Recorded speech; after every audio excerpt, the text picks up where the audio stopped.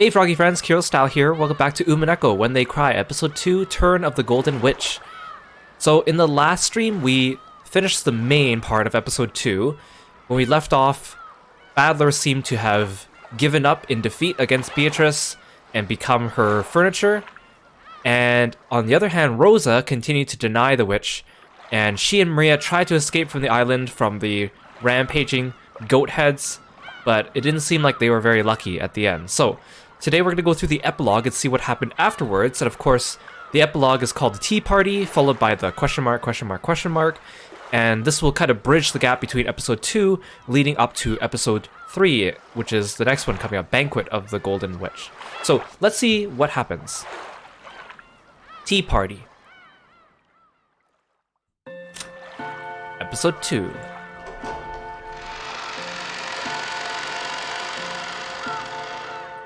Hey, welcome to the stream! Thanks so much for coming by. Purgatorio.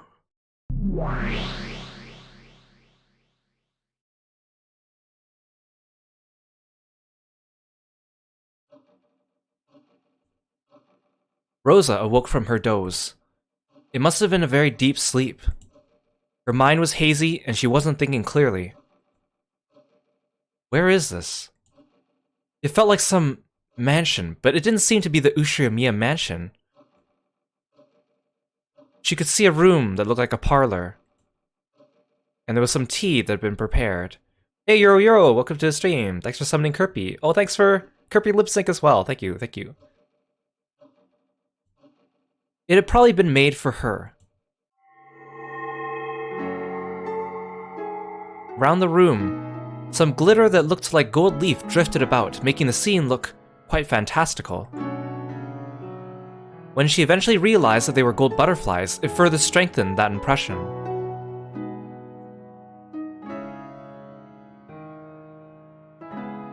There was someone across from her. A woman. A lady. It was the portrait's witch.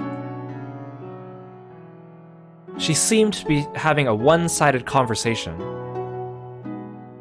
She was probably talking to Rosa, but Rosa, whose mind was clouded up by a deep fog, didn't have a clue what was being said. Choose whatever you please. If there's anything you want, I'll give it all to you.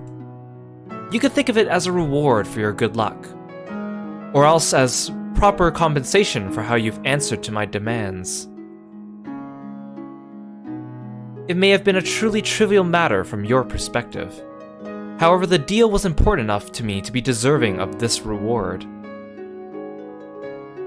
What is she talking about? I don't know. I don't know. It's just that I am very much a witch. Perhaps you'd best ask for something only a witch can give you. What a rare chance this is, to actually receive the favor of Beatrice the Golden, me. Ugh. Finally, Rosa started to feel the blood flowing through her body. Her movements were still sluggish, and she couldn't even voice the words she was thinking. I am commonly called the Golden Witch. Bestowing a mountain of gold like the one I gave Kinzo is trivial to me. After all, you can measure all the pleasures of the human world with money. Therefore, gold is more or less than the manifestation of the human world's pleasures. Hey Osner-kun, welcome to the stream. Thanks for coming by. Thanks for following me too. Thanks for being a Froggy friend. Welcome, welcome. Can you imagine it? A mountain of gold that you couldn't use up as long as you lived? As the witch blew on her pipe, multicolored smoke enshrouded their surroundings.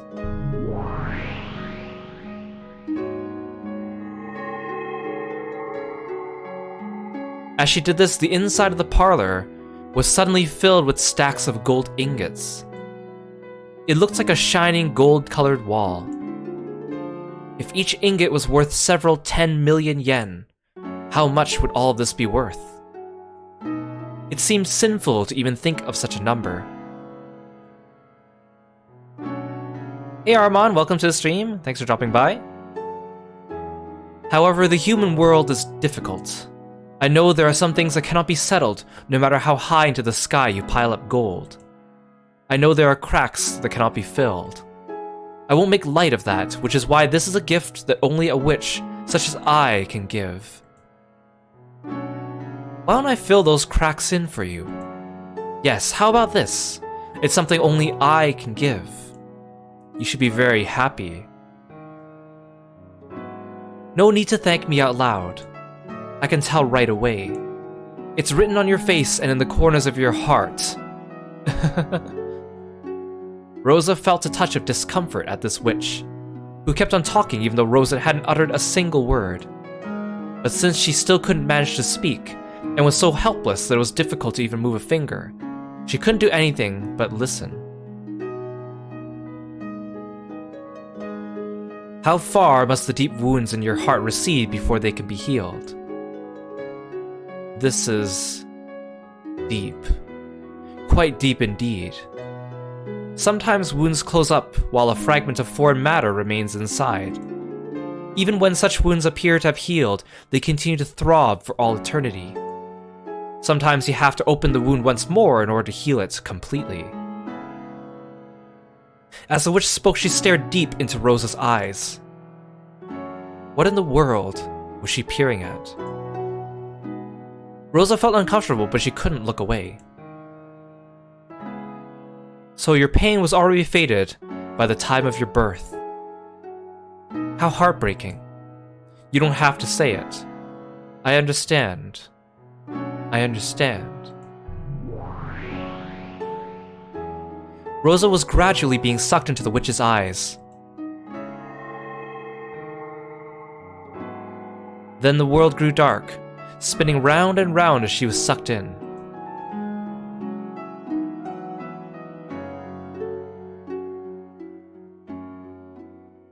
Hey Psycho Reaper, welcome to the stream. Thanks for coming by. Rosa. Rosa. Why are you such an idiot? Oh, that's Kraus Nissan's voice. Kraus Nissan is a real adult, so he's very smart. So he hated the stupid kid, Rosa. He was a very scary person. I was often hit, and my toys were taken from me and broken. I was apparently being punished for something bad I'd done, but I never really understood what it was, or why I was being punished. I was always punished suddenly, and then later told what the punishment was for in a forced manner. But it was always something I didn't remember doing. So I really hated Kraus Nissan.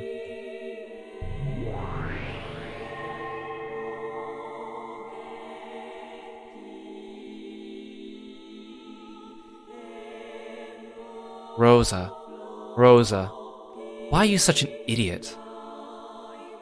Oh, that's Eva Nessan's voice. Eva Nessan is a real adult, so she's very smart. So she hated the stupid kid, Rosa. She was always a very sly person. She often lied to me, tricked me, bullied me all the time. Apparently, I was stupid, and she said it was only natural for stupid people to be swindled by those smarter than them. So I wanted to become a wise person like Eva Nessan, and listen to what she said. When I obeyed her, for some reason, someone always got really mad at me. So I really hated Eva Nessan.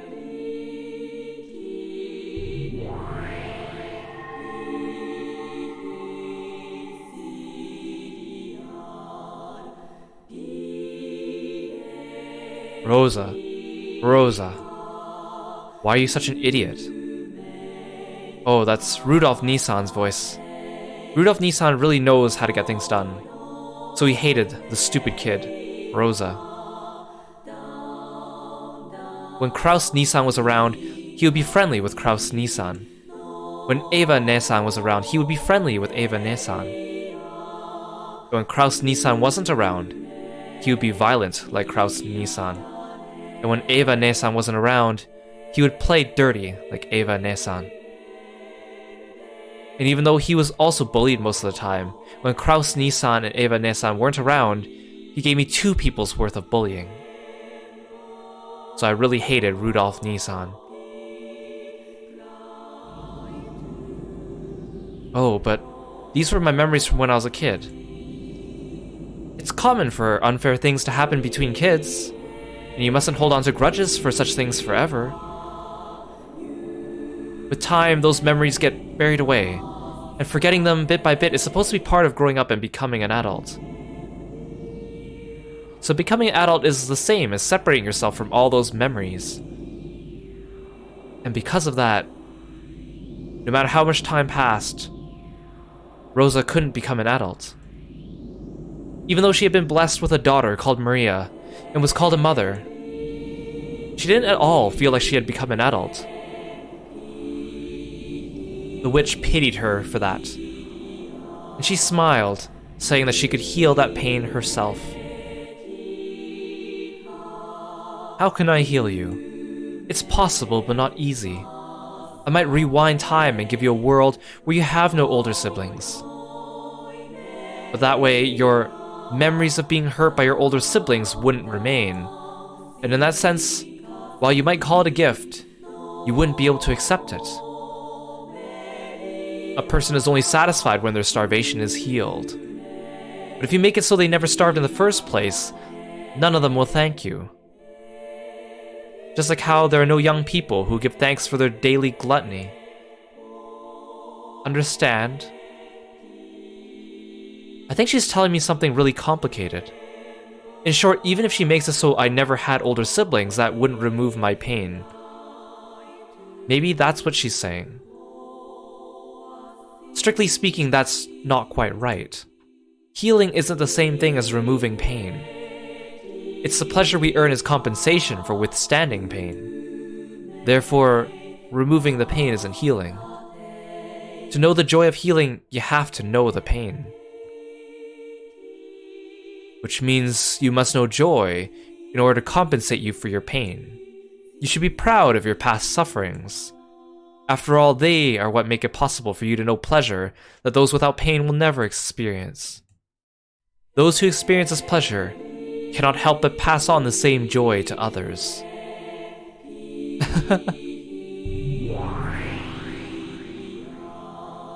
When the witch snapped her fingers, even though the room was still filled with a mountain of gold and had already lost all semblance of reality, a fabulous tablecloth appeared on top of the table, and a wonderful meal was laid out, almost as though it was the opening of a banquet in a castle from some fairy tale. For an instant, Rosa truly did feel a pleasurable surprise at how fabulous it was. But at the same time, she felt a bit of an anticlimax. After all, she didn't think being bullied by her siblings could be wiped away by just one meal, no matter how delicious. Food is the source of many human pleasures. You simply must eat like a pig as long as you live. If one meal isn't enough, then have as many as you want. Until the pain of your heart is healed, why not continue this gourmet banquet? Begin it, furniture.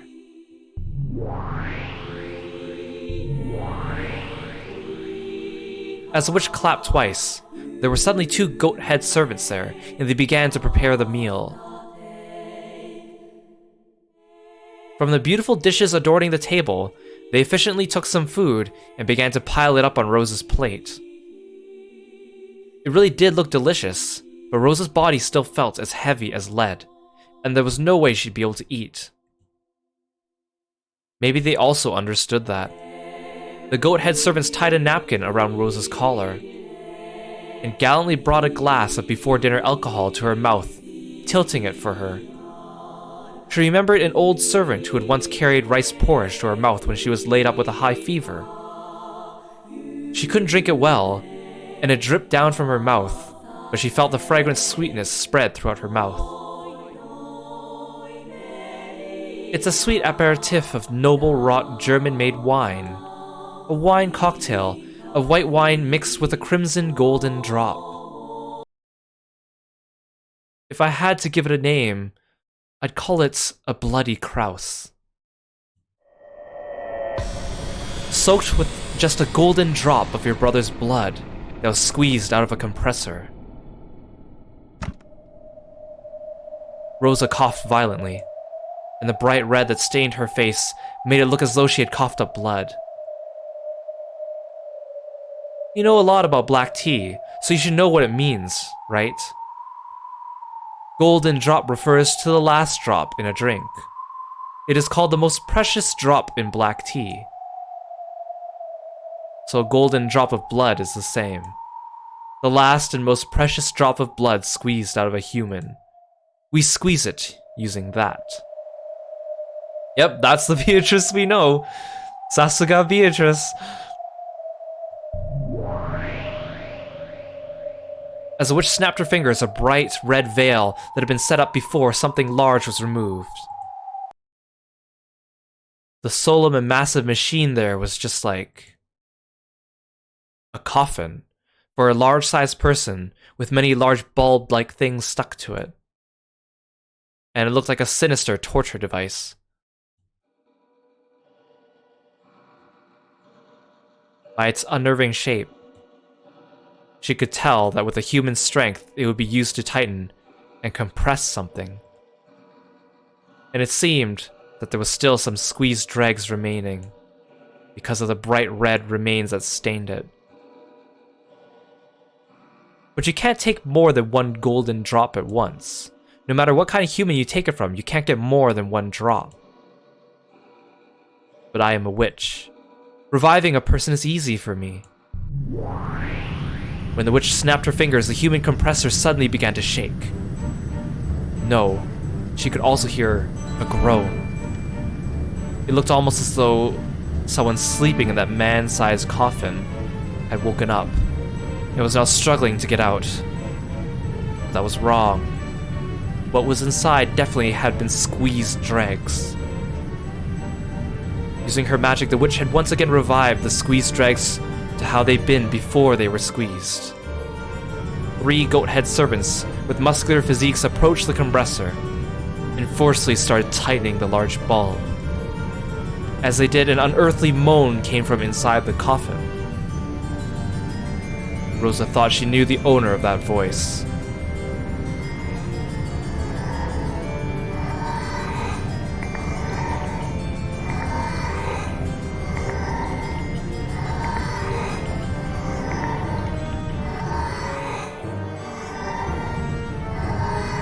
It is fitting for cooking to be done in the kitchen.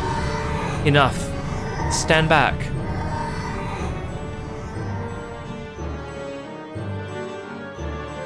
Do you understand how precious a golden drop is? To have it stained this crimson requires that several dozen people's worth be squeezed. The witch definitely said that only one golden drop could be taken from a single human, and yet she had dozens of people's worth of golden drops from a single human.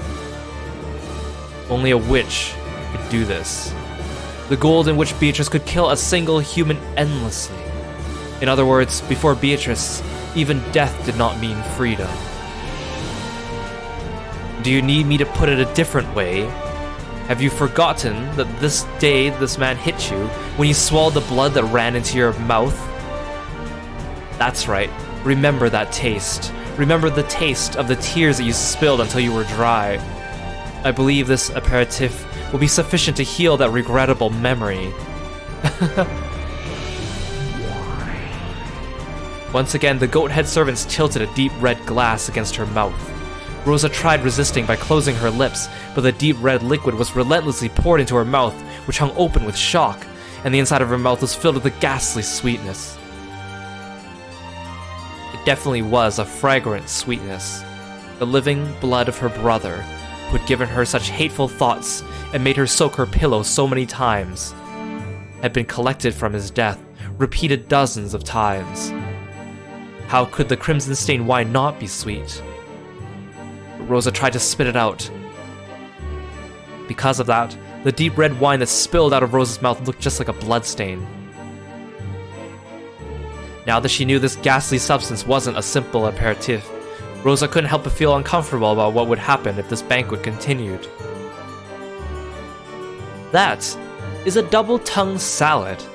made from vegetables in season. On your 9th birthday, you made a wish that you'd someday get to chew this to bits. This salad made from Ava's tongue.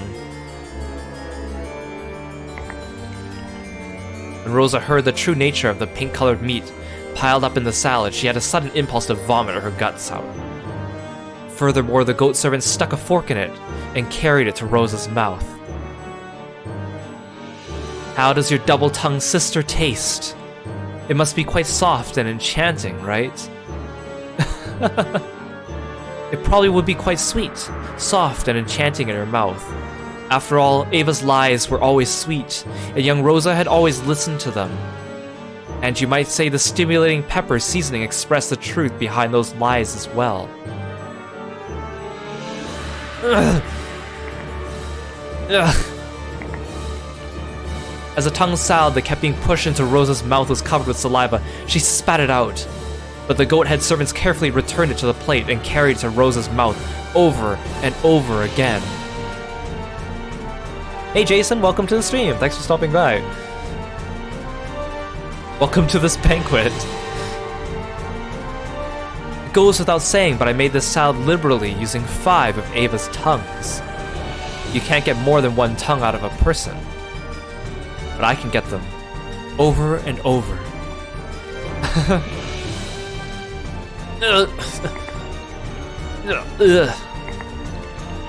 As Rosa's tears dripped down, she resisted frantically.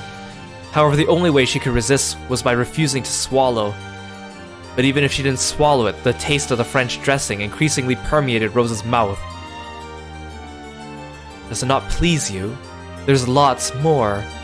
Sea bass pie wrapped in the skin of Rudolph's face. Soup with boiled brains, liver pate, and look forward to dessert. It's not just your siblings, see? I have lavishly assembled all of those whom you have trusted, and yet by whom you were betrayed. Why don't we continue this banquet for all eternity, until your heart is satisfied? For all eternity. You're happy, right? Ushiyamiya Rosa? Don't pretend you hate it. I know you're actually happy, okay? If you want to laugh, then do so. And if you won't feel better until you've heard a raw performance of your annoying older siblings' streams, I'll let you hear them as much as you like. Fear not, your reluctance doesn't trouble me. That's just your personality, right? On the inside, you're actually so happy that your skin is crawling all over. And yet on the outside, you're merely pretending that all this is causing you pain, yes? It's alright. Here, there's no need to worry about honor, or your public image, or anything. So laugh as much as you want and chew it to bits. Isn't this the best banquet, Ushiyamiya Rosa?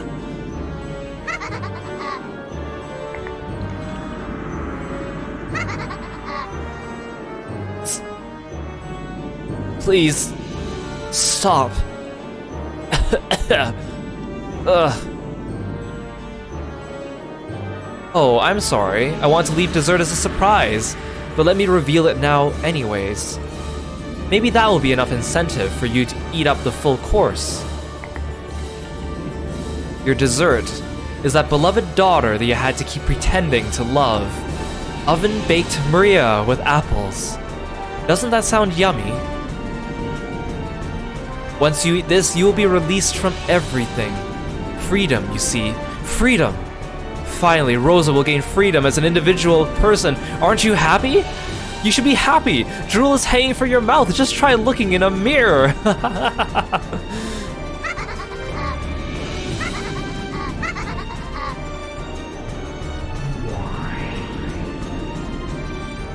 Suddenly, a muscular goat cook was holding Maria under his arm. As Maria gazed at Rosa with a face that was only slightly sad. Mama, was I a burden? You aren't a burden! As Rosa spat out the food that was continually being carried to her mouth, as she was covered with filth and saliva and blood, she resisted filthily and screamed. If you think I'm a burden, I don't mind. If you eat me... After all, I'm always doing horrible things to you. Even when you bring a man over, I can't stay quiet. When you spend the night out with a man, I get lonely and unruly and make a mess of my room. When I go to search by myself, I get lost. The police pick me up and you're shamed. When you don't come home for several days and I cry and have to be consoled by the neighbors, you're shamed. Because I'm like this, I'm a burden to Mama. Sorry for being born. So I'll become delicious oven-baked apples for Mama's sake. And then maybe Mama will be happy I exist for the first time. Maybe she'll eat me and think I'm delicious. Isn't it delicious? Be choked up with tears of gratitude. Your daughter's saying this much for you, right? Oven-baked apples and your beloved daughter make for the best dessert. You've managed to raise such delicious ingredients. Aren't you the best mother, Ushiyamiya Rosa?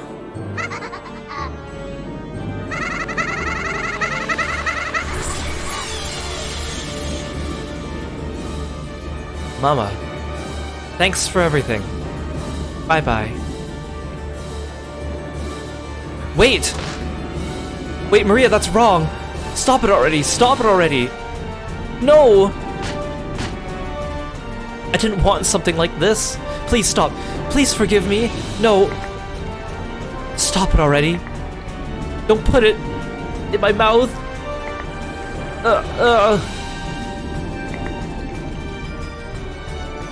Have you been satisfied with my hospitality? Then I'll have you accept it.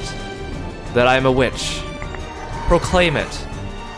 Ushiyamiya Rosa accepts that Beatrice is a witch. I accept it. Ushiyamiya Rosa accepts that Beatrice is a witch. So give Maria back. Release me. I finally made you acknowledge it. That crafty battler has already surrendered, and I made Rosa, the fool who denied me even after being invited to the Golden Land, accept it. Perfect. It's perfect. I've accomplished my perfect victory. Come, bring Maria. Prepare a delicious oven roast for Rosa. No, Maria! Looks delicious. Oh my god. Slice up your cow tits and make me a sandwich.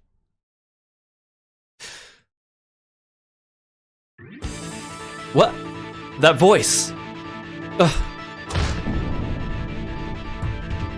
An arm grabbed the back of the witch's head and smashed her face into the table. As it did, the witch broke to pieces, turned to a cloud of gold butterflies, and reformed into her body a short distance away. Battler! You bastard! I thought you'd surrendered so far that even your soul was furniture. Me too. But while I was listening to that gross recipe, I started to get a little hungry. Now I feel like eating a whole roast witch. And Maria, oh god, I remember this line. It's 10 years too early for you to talk about having someone eat you up. Battler, I like you, but honestly, you gotta stop with the perverted humor. It comes at the wrong times and it makes me not want to like you. Can't believe this, Battler. Oh my gosh, do you have to make that? Do you have to make that pose, Battler? But in 10 years, you better say that to me, promise. I feel dirty saying that. Battler, why'd you make me do this?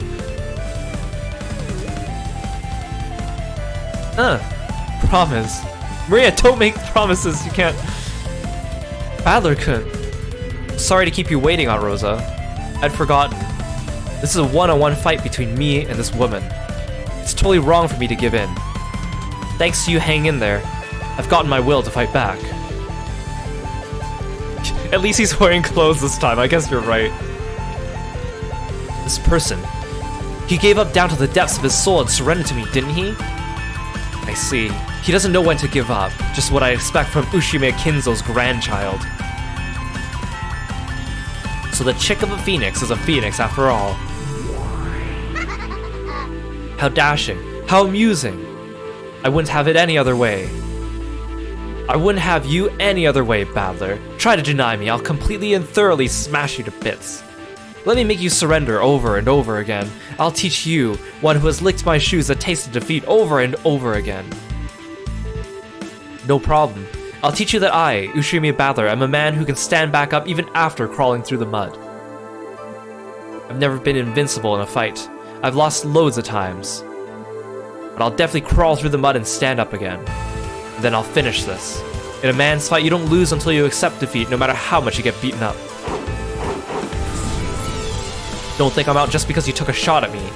I'll give you a good show, Beatrice. I'll accept your challenge, Ushimi Battler. Furniture, begin preparations for the next game. While we're waiting, why don't you tell me all about it? There were a lot of closed rooms in this game. Using red, I've smashed to bits most of the methods by which you tried to talk yourself out of them. What other evasive quibbles will you show me now? The lock to the chapel, the lock to Jessica's room, the lock to the servant room, the lock to Natsui's room, the lock to the parlor. Use your bizarre specialty. Those delusions, rantings, daydreams, and bluffs. All slanted with ridiculous, incredible turns of events, and show me how you can thoroughly deny me.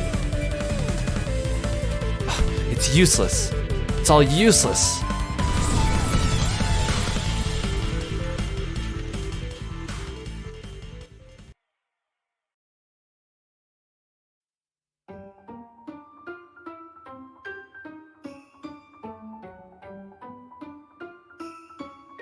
Wait, why is this credit scroll so slow compared to the other ones?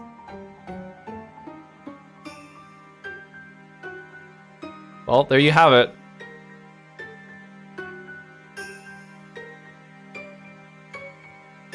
Is it really this slow? I'm afraid to click because I don't want to completely skip it, but also this is kind of ridiculous.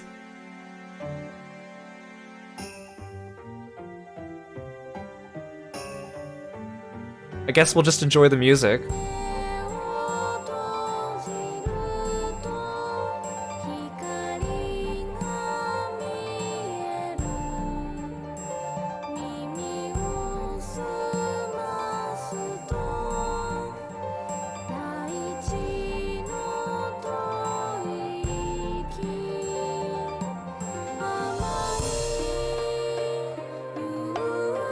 They should just say Ushimi a battler and have it last the entire credit roll. That's brilliant. They should do that.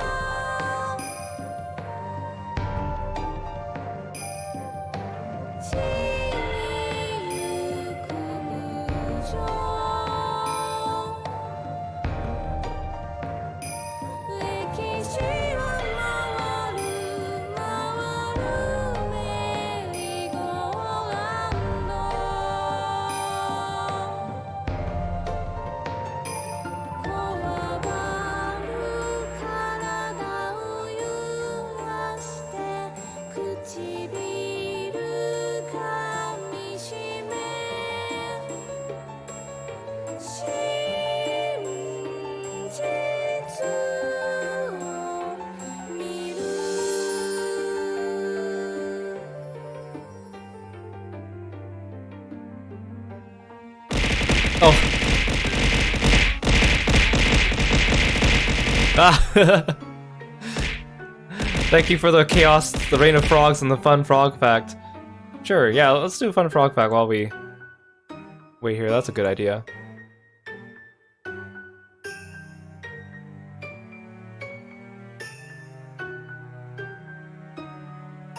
Let's see, what do we got here?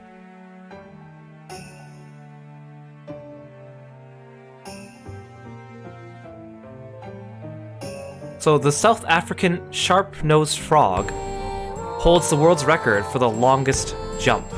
So most frogs can jump around 20 times their own height, but the South African sharp-nosed frog can jump 44 times its body length. So this frog is about 3 inches big, right? So if it jumped 44 times its body length, that would be around 130 inches, give or take. So if you were to put that in perspective, to match that, a 5-foot tall person would have to jump 220 feet in one leap. Frogs are pretty good jumpers. Thank you so much for the fun frog fact.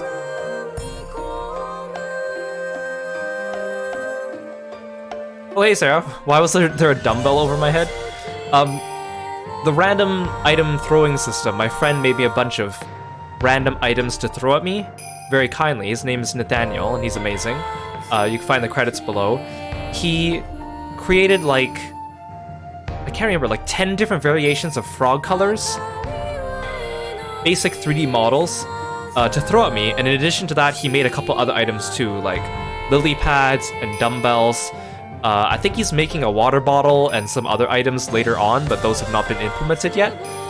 But I guess it's just a smattering of Kiro-related items, and the dumbbell just happens to be one of them, and sometimes the items get stuck on your head for a little bit after the throw command.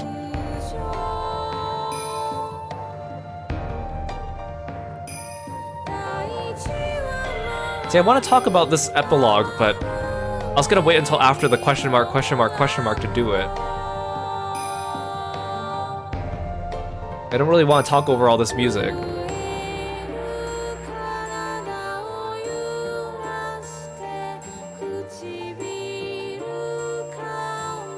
But again, why did they make... I mean, I guess they made it slow to match this slow music.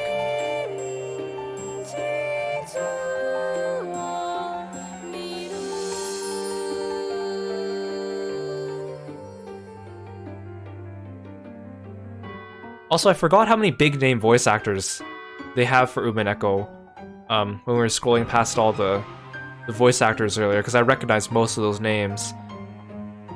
Which again, if you get this game off Steam, and the original game, there's no voice acting.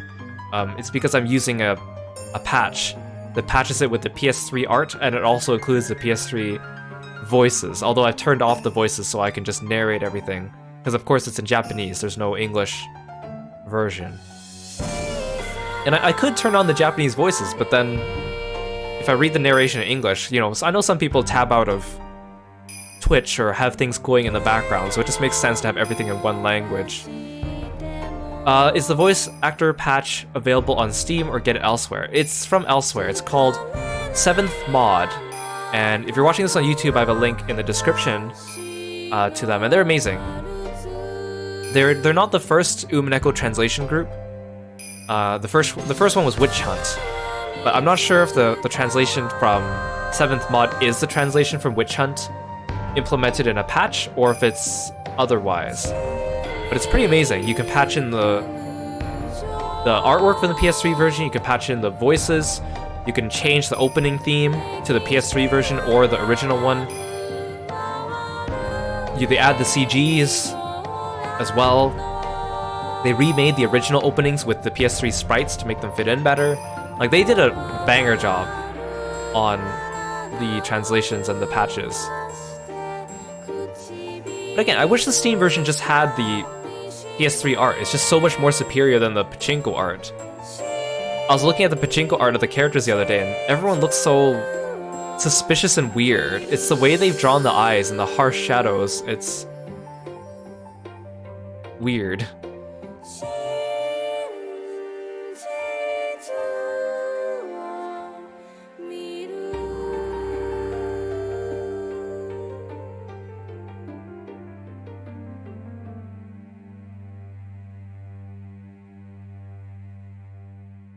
I still don't see how they made this into a pachinko game either. I'm still so surprised, and I've tried looking it up, and I couldn't find enough info on it, other than a few like stray AMV cutscenes. So I really I'm really baffled by that.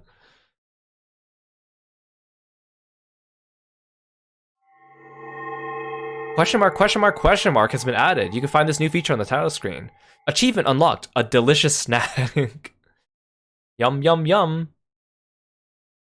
If you watch the anime, because we're about halfway through the question arcs, which is halfway through the anime, you actually get to see, like, Rosa sitting at the dinner table as the goats, like, force feed her all this food and stuff. It's actually kind of... Like, the anime isn't amazing, but they actually did a good job of that scene. Although they make it really quick, because it's short, right?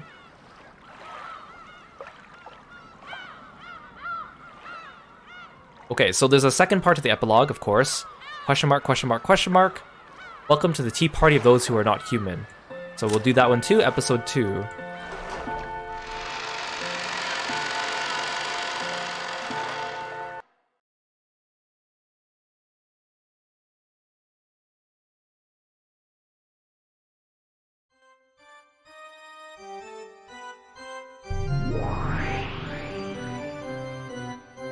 Well then, did you find that game enjoyable? A game that one-sided goes beyond being riveting. It's boring.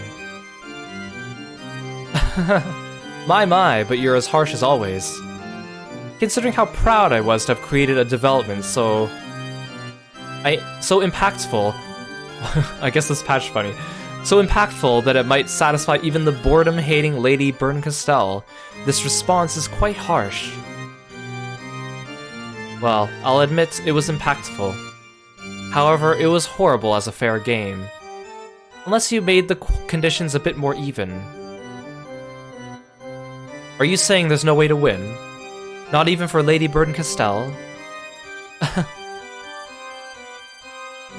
I wonder what you mean by that, Bito. There's no need to try and fool me. I already know that you're no bystander.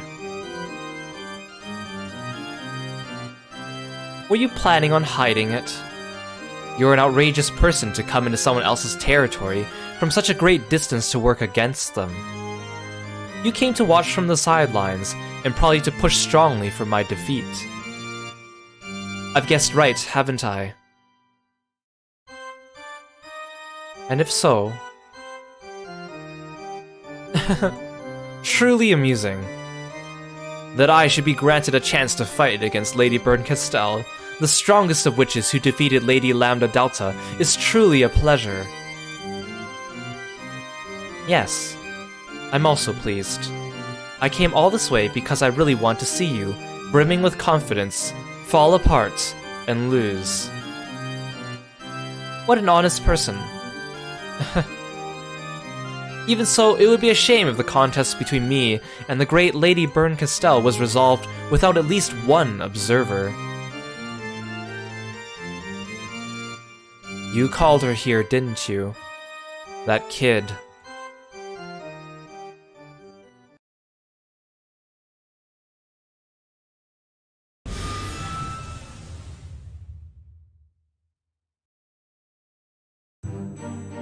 Oh, I found you. I finally found you, Berncastel. How are you, Lambda? Looks like you've got lots of spare time, too. I wonder if it's fate, for the pair who hates boredom, to run into each other again. Stupid kid. Can't you see you only won against me because of a little luck and a problem of compatibility? After that, you became such a brag. Now you're picking a fight with Beatrice. Shouldn't you learn your place? Beatrice is strong, and she's even more brutal than I am. Just a bit.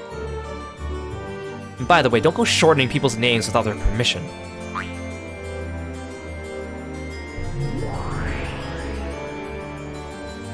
You're dumb too, Bito.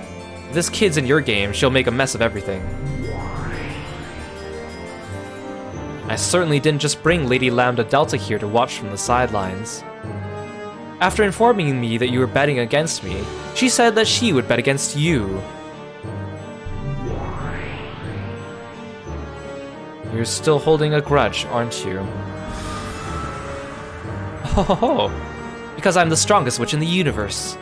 But I lost to you, which means I'm not the strongest. So any enemy of yours is my ally.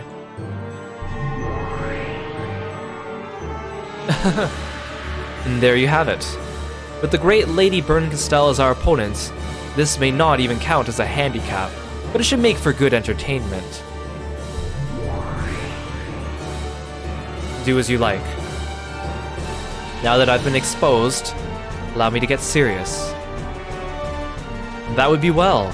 Going easy has never been written in my dictionary. Lady Lambda Delta, let us enjoy our precious time together. Yeah, I'll be counting on you too, Lady Beatrice. I've been betrayed pretty bad by her too. Until the two of us smash her up and pay her back double, I won't be able to rest. I'll be counting on you, Lambda.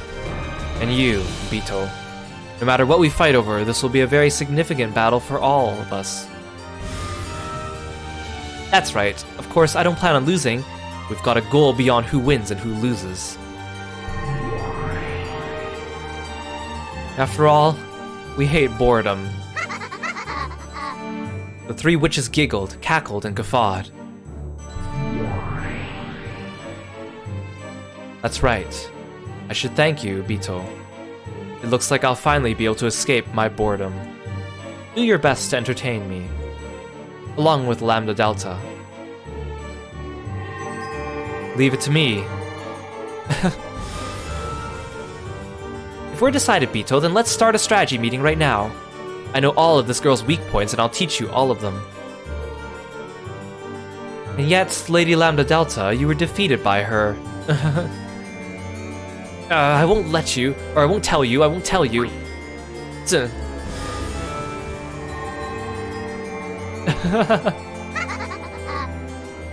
She's never boring, that Lady Lambda Delta. Isn't she? Take care of her. She gets lonely easily. I see. So she's one of those that are popular these days. As expected from Lady Lambda Delta.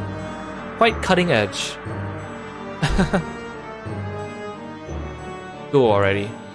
That kid's waiting for you to chase after her.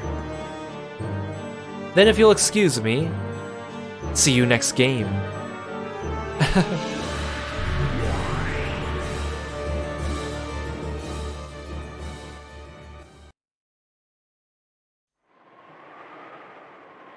I'm sorry. That troublesome one came, but don't mind it. More importantly, things sure got ugly. I thought I experienced a very tragic end in Lambda's game. But this one is exceptionally horrible. I can't say I don't understand why you're hugging your knees and closing up your heart. If you meet a fate like that a few more times, it would take a lot less than 100 years to kill your heart. Bito saw through me, so I'll confess. You are now just like I was in the past, when I was imprisoned inside Lambda's world. Shut inside a labyrinth of cruel fate, tormented by a witch in a manner of speaking. I am a witch who was born from there, so maybe I'm like an older sister to you. So I decided that I'd lend you my power. However, even compared to my fate, yours is truly brutal. Not only do I sympathize with you, but I'm almost brought to tears by your tragic fate. But please, don't lose heart. Please don't submit to Bito no matter what. Certainly that child's game is quite unfair. I've only been allowed a glimpse of the game board, but the unfair and clever devices set up on the stage are so disgusting that I imagine they far surpass those on Lambda Delta's game board. And what's even more frightening is that when a kid moves a piece, she doesn't always make the best possible move. This is where she's very different from Lambda. Lambda always uses an overpowering number of pieces to make the best possible move in order to win. But Bito sometimes intentionally goes easy on her opponent when she moves her pieces. Since, when we're in trouble, We try to seek out our opponent's strategy by looking at their moves. This creates a very formidable amount of noise in our information. That might cause a troublesome amount of disorder. However, as in chess, though a player might be able to create some noise for their opponent with a useless move, they'll still miss out on the move more valuable that they avoided. In other words, it's not like your opportunities to take advantage of this are zero. Although you may not be able to believe it, that analogy holds true for this game as well. Even though those developments looked so overpowering, there actually was a weak point. A weak point that almost looks like she wanted you to take advantage of it. Though I don't know if it's a trap, or if she's teasing us. Anyway, don't surrender. Don't stop thinking. Don't deny any possibility. As long as you continue to hold the will to fight, Bito will not win. What's the most important element in defense during a witch's battle? Rather than trying to win, try not to lose. If accepting her means your defeat, then you definitely mustn't accept her. Making you accept witches. There is no longer any doubt that this is one of Beatrice's victory conditions. Now that I've announced that I'm your ally, I too will make as great an effort as possible to lend you my power.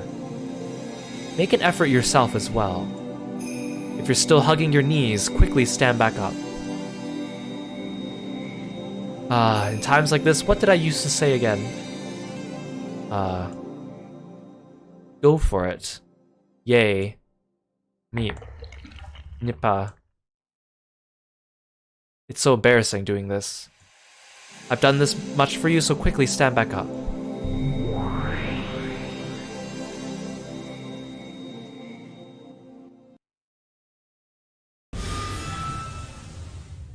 Ah, there you are. I wonder where Burn shrank off to. Could she be any more lame? Even so. Just like usual, the pieces Burn chooses are pretty shabby. It's the same with chess, right? Hey, Twilight Red Mage, welcome to the stream. If all your pieces were pawns, you'd have 0 chances to win, right? If all your pieces were rooks and bishops, you definitely won't lose. Well, last time, right when I felt just a little pity and said she could start with her pieces anywhere she wanted, that idiot Burn, without taking notice of my compassion, started with all of her pawns on my side of the board. What's up with that? That wasn't a loss or anything. Just remembering it makes me queasy. Because of that, I won't be able to rest until I see Burn's speechless face. And since you, Burn's piece, fucked up so bad, I'm feeling just great. Plus, she may not look it, but that girl really hates to lose. So I'll bet you she's off somewhere grinding her teeth and crying her eyes out right now. How totally lame. Come on, laugh with me. Wait a sec. Are you still hugging your knees? You're already like this just because Bito got a little serious? Could you be any more pathetic? You're so pathetic, I'll help you out just a little bit. I, the great Lady Lambda Delta, the Witch of Certainty and the strongest in the universe, will associate myself just a tiny bit with you and your hopeless chances at winning. You should thank me. You know, Beatrice may be a really cruel and powerful witch, but she's no match for me. Why? Because she's soft. Though she'll set up the board in a way that'll let her win with just a few more moves, she'll intentionally avoid cornering you. She'll do things like take worthless pieces and place excess pieces on the board to make things more one-sided. Simply put, she's got the bad habit of playing around as soon as she thinks she's won. Almost all the various attacks that hurt you and Burn look like utter waste and overkill to me. In other words, she's got a weakness, and you've got a chance. See? She isn't an opponent to be afraid of, right? She sometimes mistakes her means for her ends, and she has too much dark fun. Sometimes, that even ends up creating and exposing her own weak points. For a super powerful witch like me, it's hard to understand why she's able to act so tough. Why she lowers her own chances of winning. But well, because of that, a witch like Burn, who likes to thoroughly read her opponent and has a really bad affinity with her. Because reading her doesn't work. Maybe it's really easy for Burn to read and handle a straightforward and honest type like me. Annoyingly enough. Well, still, a super firepower type like me can flat out beat up a light, wide-range barrage type like Beatrice, so it's kinda like rock, paper, scissors. If I'm paper, Bito is rock, which means Burn is scissors. Well, maybe that doesn't matter. Even though my paper loses to Burn's scissors, if I was a sheet of super paper, which is way more awesome than normal paper, I could be even scissors, right? Basically I, Lady Lambda Delta, am super paper. Oh. It looks like you've regained a bit of your color. That Bito, she's having fun torturing some piece called Rosa. At a glance, you'd think she has really nasty tastes, right? Wrong. She's just killing time, hoping you'll stand back up and return. Hey Aru, welcome to the stream. Thanks for coming, Lork, hope you take care. Yeah, I can give you a summary of what this game is about. I'll do it after this, because we're actually getting close to the end of this little epilogue here. It's really fascinating, but it's also really hard to just jump into, I understand. It's a move to fire up your righteous indignation by intentionally doing something detestable. Aw man, I hate kids like that. Anyway, I'll head on back. Don't tell anyone about me helping you out just a little bit. I mean, it's not like I helped you because I wanted to save you, okay? I, the strongest witch in the universe, had my throne stolen away when I lost to Burn. So I've got to take that throne back from her. But if she loses to Bito here, then it's Bito who'll get the position of strongest next, right? Well, it's not like I'm complaining. It'd be easier to steal the throne back from Bito, but then I wouldn't be satisfied, you see. I will defeat Burn, and I'll take back my position as the strongest. It's not like I'm really helping you, okay? I won't forgive you if you make Burn cry.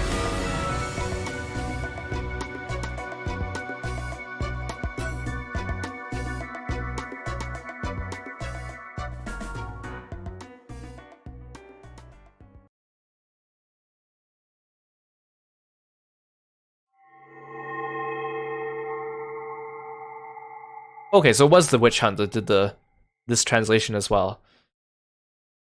And then 7th mod took it and modded it into the game. Achievement unlocked, I am super paper. Addition of a new game board, the next episode's been unlocked. Addition of new features, you can find them on the title screen.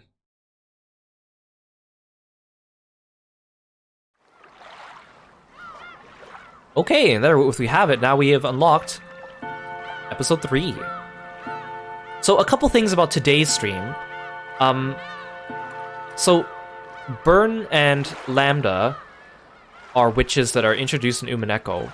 It's implied that their previous game between Burn and Lambda is Higurashi no Naku Koro, which is the series that preceded Umineko, or Higurashi When They Cry. Higurashi is unrelated to Umineko, but I understand it has a lot of similarities.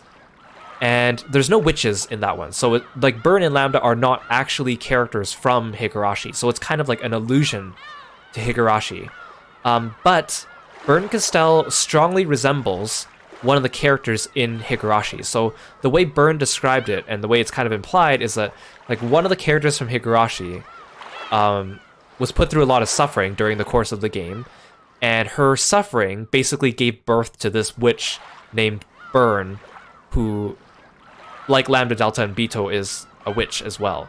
So Burn Castell looks like a character from Higurashi, but her personality is completely opposite, and though she looks the same. Although Ryukishi, the guy who wrote these games, has gone on record to say, like, he likes to make characters between his different series look very similar, and part of it's also because he's not like an amazing artist, so it helps him out because he can reuse, like, designs. I like his designs though, personally. But also because he considers his characters like actors. Kind of like, he makes the comparison of how, like, Harrison Ford is like Han Solo and Indiana Jones.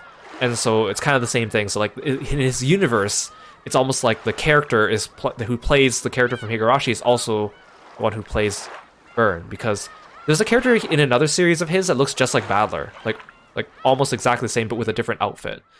So that's just kind of his take on that.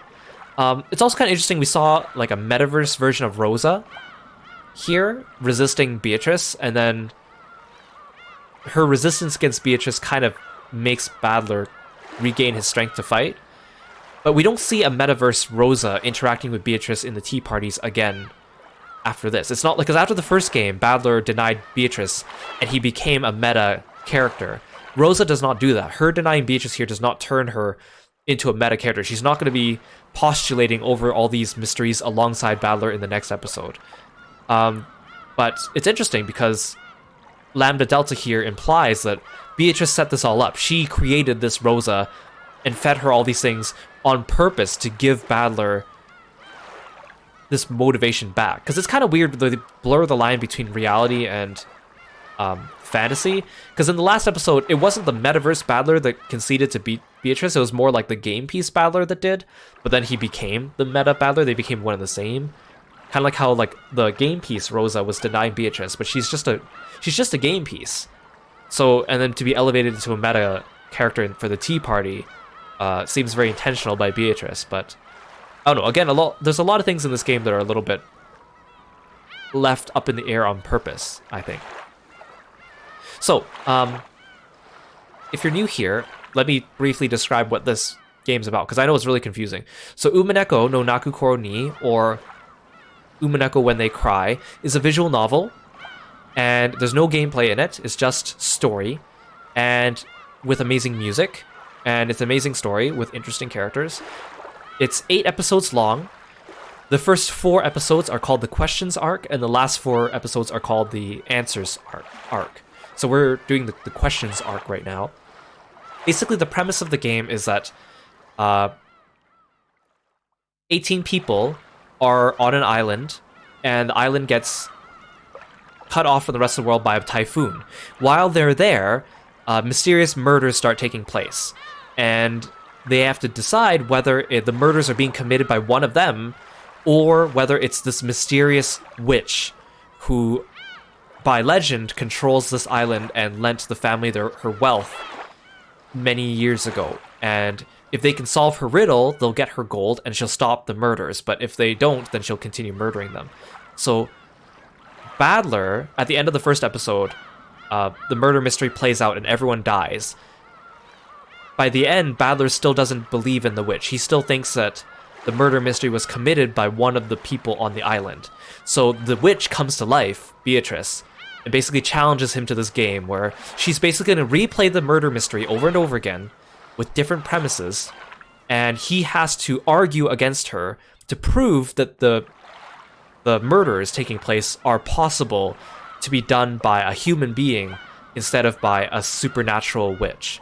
So it's really interesting. It's kind of like an Ace Attorney sort of situation where like you have to like look at the murder mystery and like decide how it's done and piece it together. So the gameplay, even though it doesn't have like actual gameplay, it's a visual novel, which means that you're reading it and you're in your head, you're trying to solve the mystery. You're trying to figure out who done it, why they did it, how they did it, alongside Badler, who is playing this game against the witch, who's trying to prove to him that these are impossible murders that only a supernatural being could do. That's kind of the basic premise of it. So we just finished episode 2, so we've gone through 2 rounds of the murder mystery. Episode 3 is going to be another round of the murder mystery. I actually, of the 4 question arcs, I think episode 3 is the best one. It's also the longest one of all 8 episodes, but I think it has the most twists and turns, and it also introduces a lot of new characters. So I'm really looking forward to it. We're going to be streaming it on Saturday. I usually stream Umineko only on Saturdays because it's very taxing on the voice to be reading for so long, but I really enjoy it. Today we did a short stream on Wednesday just because we had to do the epilogue for episode 2, which is a short thing. It's only been like an hour. But if you're interested, Umineko is also an anime, but the anime only covers the first 4 episodes of the visual novel. It doesn't cover the solution arc. So in other words, it leaves you on a cliffhanger because it doesn't answer any of your questions. The anime is also not amazing because the visual novel is really long. It's incredibly long. And of course the anime is only like 25 episodes. I think they did a fair job for what they did to have to compress it to 25 episodes. A lot of people hate on it because they leave out a lot of details from the visual novel, which understandable. But I think if you just want to get a taste of the series, if you just want to dip your feet into it and get a little taste test to see if it's interesting to you, I'd say the anime is probably the easiest and most accessible place to start, just because it's quick and short. Yeah, it's kind of like Danganronpa, right? Like Ace Attorney, Danganronpa, Zero Escape. It has a lot of those vibes to it, which is why I love it, because I love all those series, and it's so hard to find series that have that line of reasoning and thinking, because it's really hard to write, right? These are tough plots to write. I definitely think Umineko's up there, along with the plot lines of those games. It just falls short because there's no actual gameplay. I wish there was some kind of gameplay, but at the same time, I'm not sure how they would do that. There's also a manga. The manga for Umineko, in my opinion, is kind of a midway point between the visual novel and the anime. It's longer. It actually covers all 8 episodes and story arcs. It doesn't cover everything the visual novel does, but it does have like illustrations, and the illustrations are nice. So again, it kind of like, if you want to get a taste, I would recommend either the anime or reading a bit of the manga. My VODs for this game are also on YouTube. We've uploaded all of episode 1 on YouTube, and the episodes, the streams for episode 2 are going to be uploaded starting tomorrow, now that we're finished. And so if you want to catch up, but again, it's really long, so I understand. But I think it's really interesting. It's something to look into. Well, look into it, but don't dig too deep, because if you Google it and start looking up things, you're going to get spoiled. But the spoilers are really complicated and hard to digest, so yeah. But I think my favorite thing is that the characters in this game are, you love them and you hate them. They all have like good points and bad points. They all have moments where you hate their guts and you want to see them suffer, and then you see them suffering and then you feel really bad for them. Like, they're just so multifaceted, and I think it's very fascinating. Anyways, thank you so much for joining me today on Umineko When They Cry, Episode 2, Tea Party.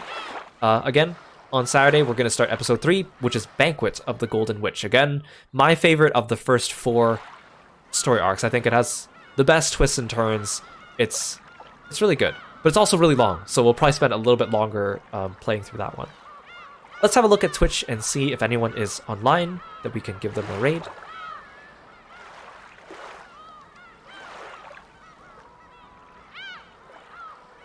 Oh, let's see. Nari's playing Tales of the Black Forest.